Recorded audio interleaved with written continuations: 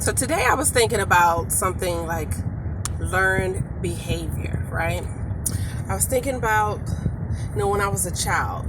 And so let me start off by saying I can remember way back, as far as back as 1 year old, right? I can remember when I was 1 year old. I know it sounds crazy, but I actually have a memory going back that far. I was 1 year old. I can see myself. I'm sitting in the room, and I have on this cloth diaper. That's all I have on.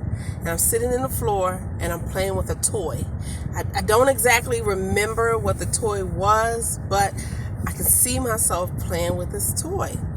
And as I'm playing with this toy, and I'm just sitting there, it's weird how I can still remember this. It really is. However, it's the fact that I can remember this tells me, and the more and more I think about it, it tells me that I must have had some type of emotional connection with that toy for me to remember that far back. And that's the only thing that I can remember at that stage of my life as being 1 year old. Now, I have another memory that stands out to me, and that was when I turned 4. Now, it's crazy. So around this time when I'm 4 years old, I live with my dad. And I remember going home to visit my mom. I don't know if I was going back to live, whatever it was, but I just remember walking in. It was nighttime. And I remember I'm walking into the bedroom by myself. And as I'm walking in, I see this white ruffled bassinet, right? So I'm little. I walk over and I stand on my tippy toes, and I look in, and I'm looking in, and I see this caramel brown baby girl, this bright eyes looking up at me. Remember, I'm 4, and I remember, and I actually talked to my sister about this, but I remember my first thought being, what is this? Not who is this? Like, oh, no excitement. Like, I'm thinking, what is this? Like, nobody told me. Nobody communicated to me that I was being replaced. And that's how I actually felt, because me and my sister had to have a conversation about this. But at that tender age of 4, I felt like, am I being replaced? And I say this because at 1 year old, I had that positive connection with that toy, and that stood out. But then at 4, I have this new memory that was confusion. Like, to me, it was confusion. And I think at that age, at 4, I learned something about myself. I learned that I don't like confusion. I learned that behavior at 4 years old, that I don't like confusion. You have to tell me what's going on. Communication, basically. I didn't understand it back then, but today I understand, like, I need communication. Because nobody told Shalonda that Shalonda was getting a new baby sister. And don't get me wrong, I have 2 sisters, and I love them dearly. We talk all the time. But nobody told me. So, learn behavior. When I think back on these things, and I look at who I am today, I know that communication is big for me. I am a talker. Especially if I'm in a relationship, I am going to talk. The day I stop talking to you, we in trouble, because that means that I have talked myself out. I have no more to say. That's a problem. So I say this to say about learned behavior, because like I said, at that moment, my brain and I came together. We decided we don't like confusion. Communicate. Tell us what's going on. So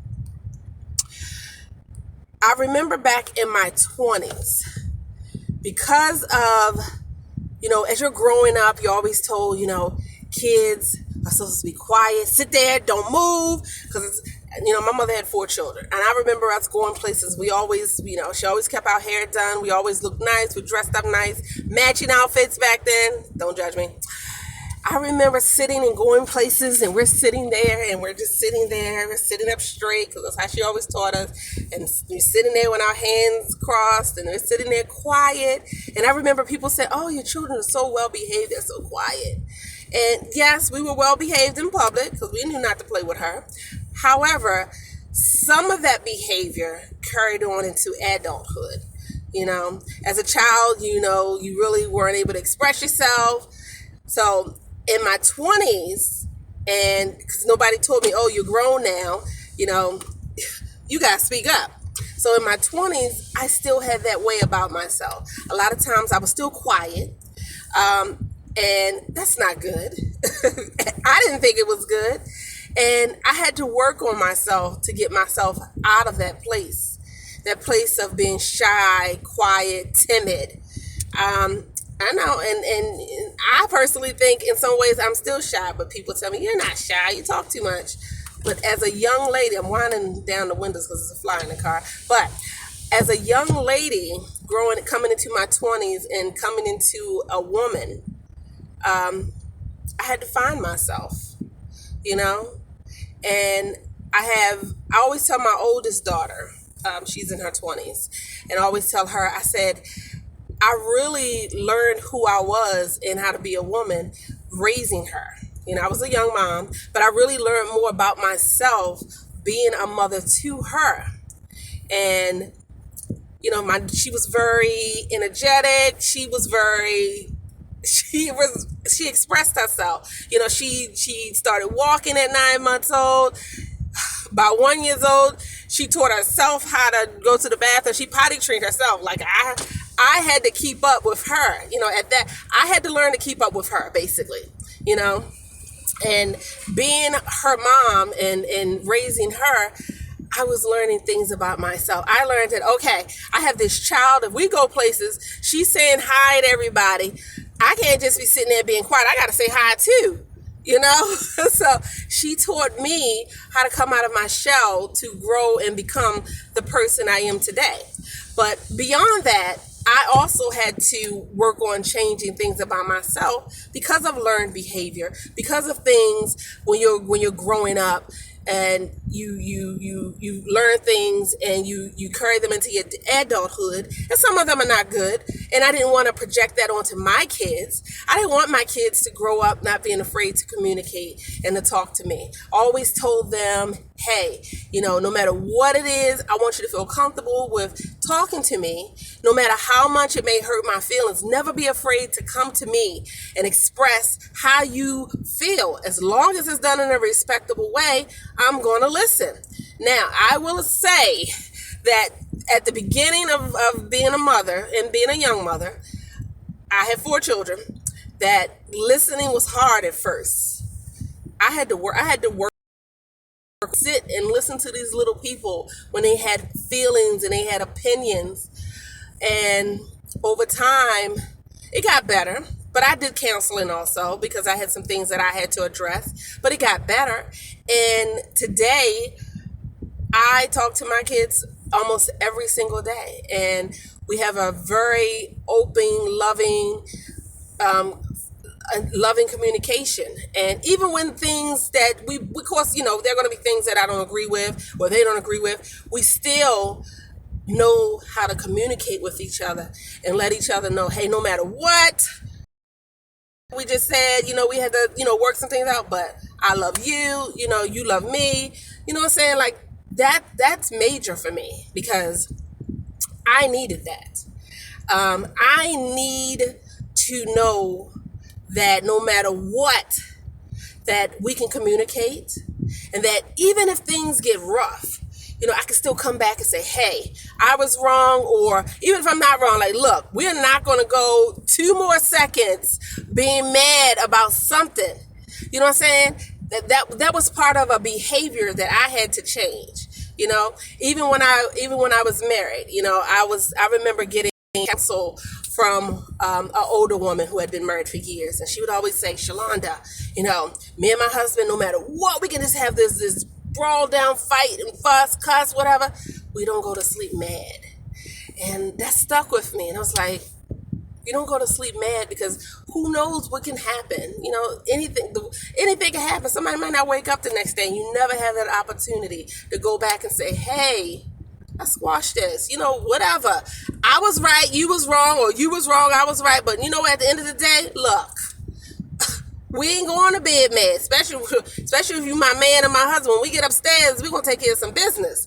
Like I'm not carrying that. I'm not carrying that. I am not carrying that. I made a personal decision for myself that I'm going to be happy, healthy, and wealthy. And with all of that, I'm not keeping grudges from anybody.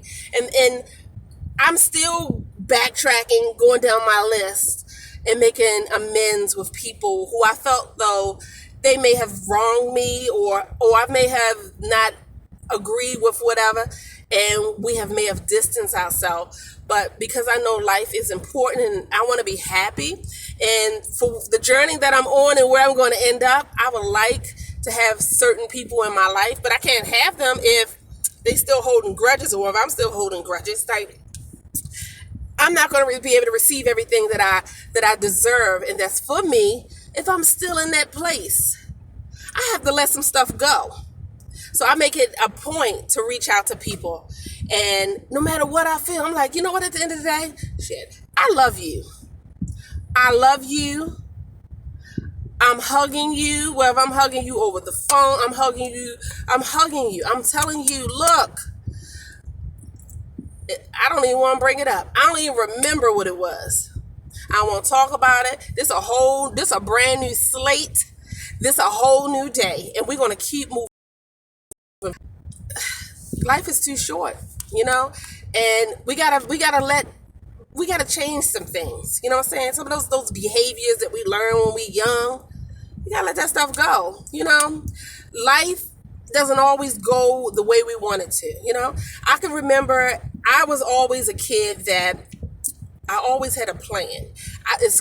I swear, I always, even as a young child, teenager, I used to write down. I used to journal and write down my plans. Like at this age, I'm going to do X, Y, Z, and then I wanted to be an obstetrician, and I just knew that I was going to go to college and I was going to move to Paris and live my life in Paris. I didn't want to have kids. I didn't want to get married. None of those things were in that plan. I know it sounds crazy, but life, God had something else for me. And I take everything that I've experienced in life, it as now that I understand, but I take it as a journey. Life is a journey. Life is full of lessons and journeys. And people come into your life for different reasons. And when I look and I sit and I really analyze where my mindset was at the time that I chose a company to work for, or back in 2017 when I decided that I was going to work for myself, listening to Steve Harvey when he told me to jump, and he told me to jump. He said the parachute might not open right away, but it's going to open. I listened. I quit my job and I said, I gotta go see. I gotta go see if this is possible. And I quit my job. I think I had maybe $2,000 saved in the bank, and I started I was doing customer service work. I said, I can do this. I had a boss that was a bad boss. I worked for a company where so much stuff going on. I felt that for everything that I've learned over the years, I was going to bet on me. I was going to take the chance on me, because I knew that I was the determined person. I knew I was hardworking, and I just believed in myself. So I changed the behavior. I was that 9 to 5. You could not peel me away from that 9 to 5. The old me, you couldn't peel her away. I've always had little businesses on the side, but I never took the plunge and fully believed in myself until 2017. That was a year that it took for everything to go wrong for me to make that decision. And I'm glad I did it. And I will admit, it didn't all go perfect right away, which I'll talk about another time. But we got to change things about ourselves. So today I challenge you to pick one thing that you know that you're always doing, that one way that you really wanna change. You want something different. But you know that you got to change that one thing to get to that difference. So that's what I want you to work on today. Because I promise you, like, sometimes we don't really fully understand. We can see it, because I promise you, I have a vision now for where I'm about to go. And if I tell people, they're not gonna understand it. But I see the whole path. I just know it's a journey, and I gotta take it one step at a time. And I trust the process. And so, with that being said, I promise you, if you make that one go, whatever it is that you know that's holding you back from being the greater person, the greater version of you, work on making that one change. It don't happen overnight, but keep working at it. I promise you, there will be a difference. Whether it's a difference in your mindset, how you feel, or there's a change in your environment. I promise you, this stuff is real. It works. You got to believe in yourself. Cold-heartedly trust the process. So I'm gonna keep this as short as possible, but I would like to say I'm Shalonda Bynum. Check out my ebook, Successful, Beautiful, but Single, on my website, ShalondaBynumEbooks.com. And if this is your first time seeing this video, and if you're on YouTube, subscribe and like, and have a wonderful, amazing, let's bust that seal and open day. Have a great day. Thank you.